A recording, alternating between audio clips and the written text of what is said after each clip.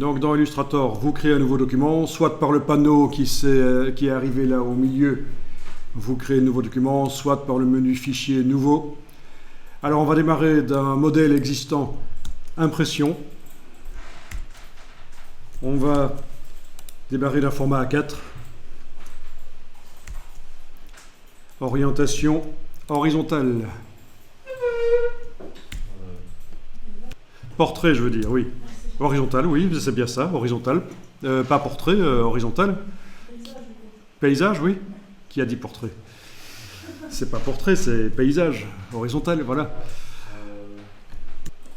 Ici, dans les options avancées, vous pouvez déjà le faire passer en couleur RGB si vous voulez. Et la conversion se fera plus tard avec InDesign vers le CMJN que l'imprimeur nous indique comme étant le bon CMJN si on doit envoyer ça en CMJN vers un imprimeur.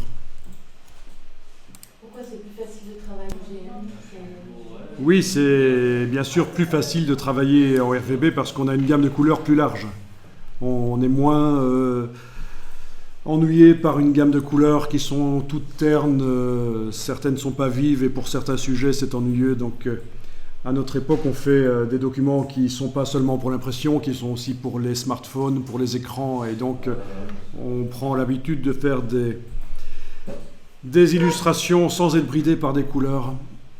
Du périphérique le plus pourri qu'on a à notre disposition, la presse de l'imprimeur, il n'y a pas de raison. C'est une approche. Certains seront contre ça parce qu'ils ont l'habitude de travailler en CMJN. Mais ça fait 15 ans que Adobe dit qu'il faut faire du RGB. Mais c'est pas toujours évident. Pourquoi est-ce qu'il laisse le mot CMJN dans ce cas? C'est contradictoire, c'est des équipes différentes qui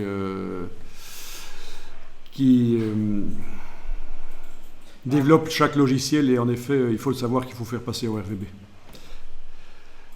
Après, Donc, il y en a qui peuvent choisir de faire en CMJN. Donc oui, certaines approches peuvent nécessiter encore du CMJN, ça c'est les habitudes de travail. Mais moi je conseille de faire des documents Illustrator RGB pour être dans une gamme couleur plus large, voilà, pour répondre à la question. Alors voilà, on clique sur Créer. Donc on va se débarrasser de toutes les palettes qui sont à droite. Ça va donc être la touche majuscule, la touche Shift, qu'on garde enfoncée, et en même temps, brièvement, on enfonce la touche Tabulation. Voilà. Et il y a deux petites choses ici que je vais aller fermer, parce que vous ne les avez pas.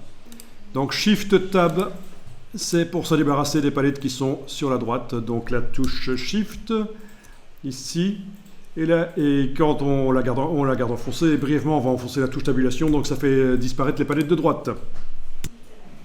La palette des outils, si vous pouviez la faire passer en palette des outils complète. ça va toujours